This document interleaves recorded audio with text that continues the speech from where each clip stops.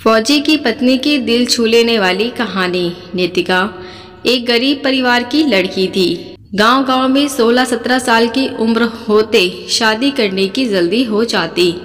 नितिका की शादी करवाने के लिए उसका परिवार जल्दी में था, क्योंकि उसकी 2 छोटी बहनें थीं। उसके पास भी शादी करने के अलावा कोई चारा नहीं था।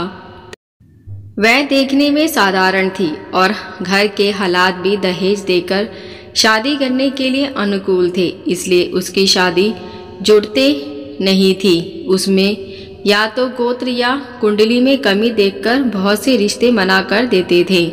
अंत में एक रिश्ता आया और उस लड़के ने उसे पसंद कर लिया। लड़का सेना में सिपाही था।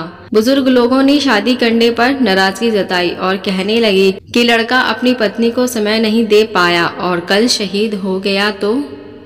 पिता ने बेटी से पूछा। नितिका ने अपने पिता की परेशानियां देखकर शादी के लिए हामी भर दी और शादी हो गई। नितिका अपने ससुराल चली गई।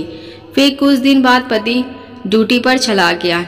नितिका अकेले रह गई। वह सोचने लगी कि घर बैठ कर क्या करना चाहिए। सास से पूछने के बाद ही वह पहली बार घर से सीढ़ी के नीचे उतरी। यह गांव कैसा है वह देखने लग गई। गांव बहुत बड़ा था, वहां उसे कोई नहीं पहचान सका। वह एक बड़ी दुकान के सामने चल रही थी, तभी एक दुकानदार ने आवाज लगाई और कहने लगा कि भाभी कोई सामान चाहिए क्या? उसने दूरी से नहीं कहा। कुछ दूरी पर एक किसान अपने खेत कृषि सामान लेकर शहर की ओर जा रहा था। उस किसान ने कृतिका को सलाम किया और पूछने लगा, भाभी आज यहाँ कहाँ? इस पर नितिका ने उससे कहा, आपको क्या करना है? मैं कहीं भी जाऊं।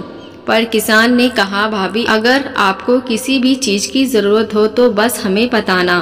धीरे धीरे नितिका आधा गांव घूम चुकी थी, लेकिन ऐसा किसी से कभी नहीं मिली जिसने उससे बात नहीं की। नितिका का सवाल था, इतनी बड़े गांव में हमने कभी घर नहीं छोड़ा और किसी को जानते भी नहीं हैं, और फिर भी लोग मेरे साथ इतने प्यार से पेश आ रहे हैं और मुझे इतना सम्मान दे रहे हैं। हमारे गांव में मैं कभी पुरुषों से आंखें भी नहीं मिला पाती थी।